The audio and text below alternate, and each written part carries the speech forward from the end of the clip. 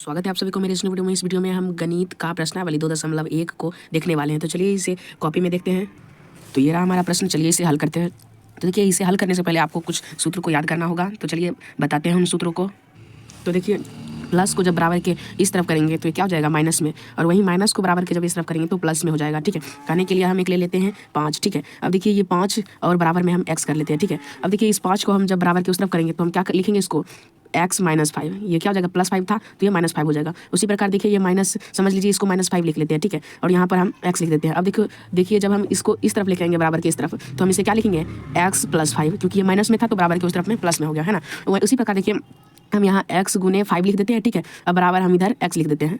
ठीक है, अब देखिए हम जब इसे बराबर करेंगे, सॉरी x हटा देते हैं, इसको 5 लिख देते हैं, 5 लिख देते हैं। अब देखिए जब हम बराबर, ये गुना में है, ठीक है, जब बराबर की उस तरफ करेंगे तो भागा में आ जाएगा, तो हम 5 ये, तब हम इसे कैसे लिखेंगे, x बराबर ये, इसको ये तो रह ही जाएगा। ठीक है, अब देखिए x बराबर हम क्या करेंगे, 5, ये जो 5 है, अब देखिए ये गुना में है तो नीचे आएगा तो भागा में आ जाएगा 5, यानी 5/5। ठीक है, ऐसे लिख सकते हैं। ठीक है, अब देखिए हम इधर ले लेते हैं एक और, जैसे देखिए हमारा 1/2 है और इसको हम बराबर में करेंगे। ठीक है, अब देखिए ये जो भागा में है ना, बटा मतलब भागा होता है, ये भागा में तो बराबर की उस तरफ जाएगा तो ये क्या हो जाएगा, गुना में, तो हम इसको इस प्रकार लिखेंगे 1/2 बराबर, ऐसे सॉरी इसको इस प्रकार नहीं लिखेंगे, ऐसे लिखेंगे x गुने 2, क्योंकि अगर हम इसको ऐसे, ये है ना, अब इसका नीचा वाला भाग हो जाएगा 1 बराबर x गुने 2। ठीक है, ये सब हटा देते हैं। ठीक है, ये हो जाएगा, है ना।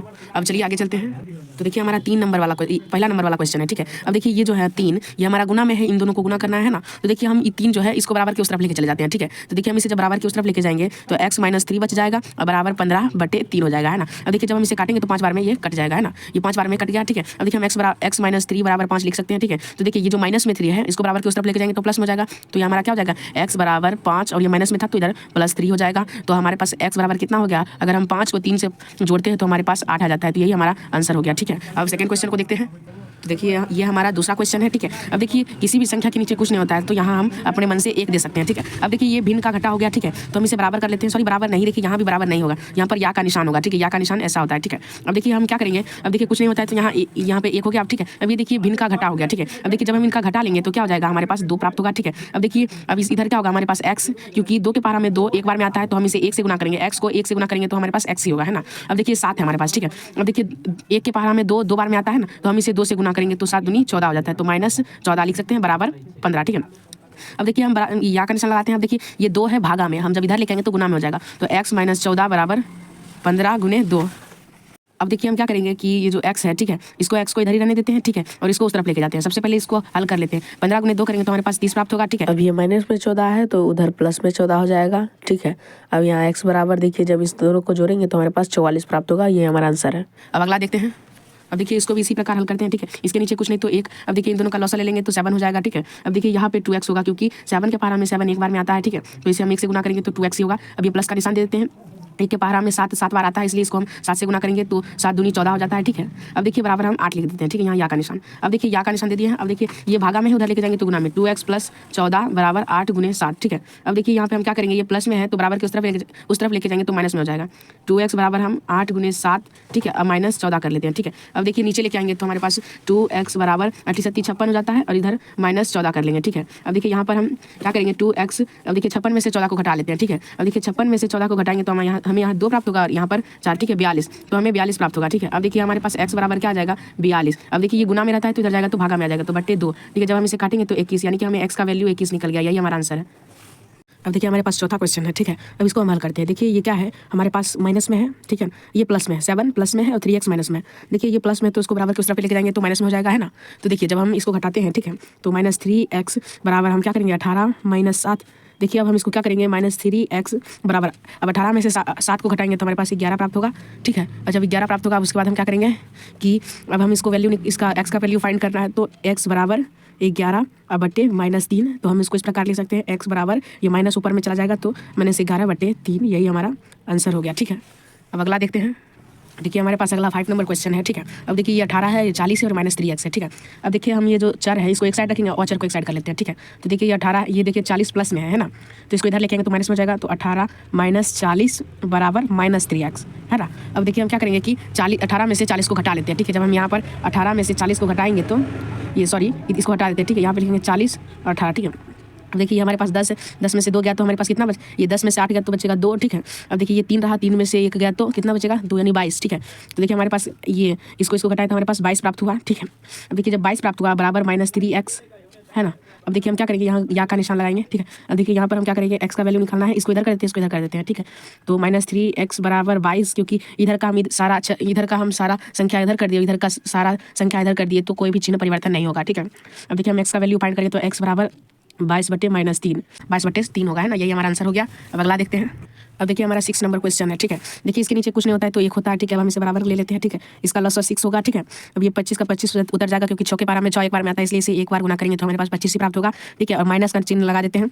अब देखिए 1 के पारा में 6 बार में आता है, इसलिए इसे 6 से गुना करेंगे तो 9 चौके कितना आता है, तो देखिए हमारे पास 9 छक 54 प्राप्त होगा, ठीक है। और y का y लिख देंगे, ठीक है, बराबर 11, ठीक है। अब देखिए ये हमारा भाग में है तो उधर जाएगा तो गुना में, तो 25 - 54 y, सॉरी यहाँ 54 लिख देते हैं, उसके बाद y बराबर 11 × 6, ठीक है। अब देखिए हम क्या करेंगे, 25 - 54 y बराबर 11 × 6 66 हो जाता है, ठीक है। अब देखिए हम क्या करेंगे, इसको ये प्लस में चर है इसको उधर करेंगे, ये प्लस में और चर है इसको उधर करेंगे तो माइनस में चला जाएगा, तो -54 y बराबर 66 - 25 हो जाएगा, ठीक है। अब देखिए हम जब 66 में से 25 को घटाते हैं तो हमारे पास 41 प्राप्त होगा, ठीक है। जब हम इसको इससे घटाएंगे तो 41 प्राप्त होगा। अब -54 y को -54 y उतार दिए, ठीक है। अब देखिए हम जब बराबर करते हैं y का वैल्यू निकालना है तो हमें y बराबर कर देंगे और ये नीचे आ जाएगा, तो देखिए 41/54, ये माइनस का निशान है तो माइनस, अब इसको हम इस प्रकार लिख सकते हैं y बराबर -41/54, यही हमारा आंसर हो गया, ठीक है। अब नेक्स्ट देखते हैं। अब देखिए हमारे पास 7 नंबर क्वेश्चन है, ठीक है। 2.4 बराबर x/2.5 और माइनस यहाँ पे कर देते हैं, ठीक है। यहाँ पे माइनस कर दिए 1/1, ठीक है। अब देखिए जब हम इसको हल करेंगे तो ठीक है, तो माइनस 2.4 उतर जाएगा डायरेक्ट, ठीक है। अब देखिए इन दोनों का लॉस हमारे पास 2.5 आएगा, ठीक है। अब जब हम इसको ये x का x ही उतर जाएगा, ठीक है। अब हम इसको घटाएंगे कितना, तो देखिए 2.5 के पारा में 2.5 एक बार में आता है, इसलिए एक बार गुना किए तो x निकल गया, ठीक है। अब देखिए 1 के पारा में 2.5 कितने बार में आता है, 2.5 बार में, ठीक है। तो जब हम इसे घटाएंगे गुना करेंगे तो -2.5 ही हो जाएगा, ठीक है। ये माइनस का निशान माइनस का लिए, ठीक है। अब देखिए हम क्या करेंगे, 2.4 बराबर कर देते हैं, ये सॉरी इसको क्या करेंगे, इसको बराबर की उस तरफ लेके जाते हैं तो इसे गुना कर देते हैं, ठीक है। अब गुना करने के बाद ये 2.5 यहाँ लिख देते हैं बराबर x - 2.5 है ना। इसको क्या किया, भागा में था तो उधर गुना में कर दिया, ठीक है। अब देखिए जब हम इसको गुना करेंगे तो हमें कुल अंक प्राप्त होगा, हम इधर लिख लेते हैं, ठीक है। अब देखिए हमें किसको गुना करना है, 2.4 को 2.5 से, तो 2.4 × 2.5, ठीक है।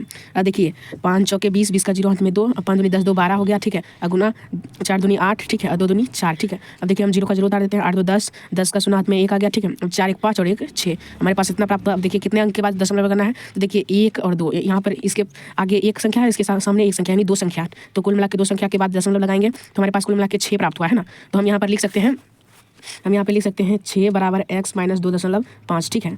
अब देखिए हम क्या करेंगे, अब हमको इसको हम इधर कर लेते हैं, इसको इधर कर देते हैं, ठीक है। तो x बराबर -2.5 था, ठीक है। अब ये क्या होगा, माइनस में ही होगा क्योंकि ये प्लस में है, इधर माइनस हो रहा है, तो -6, ठीक है।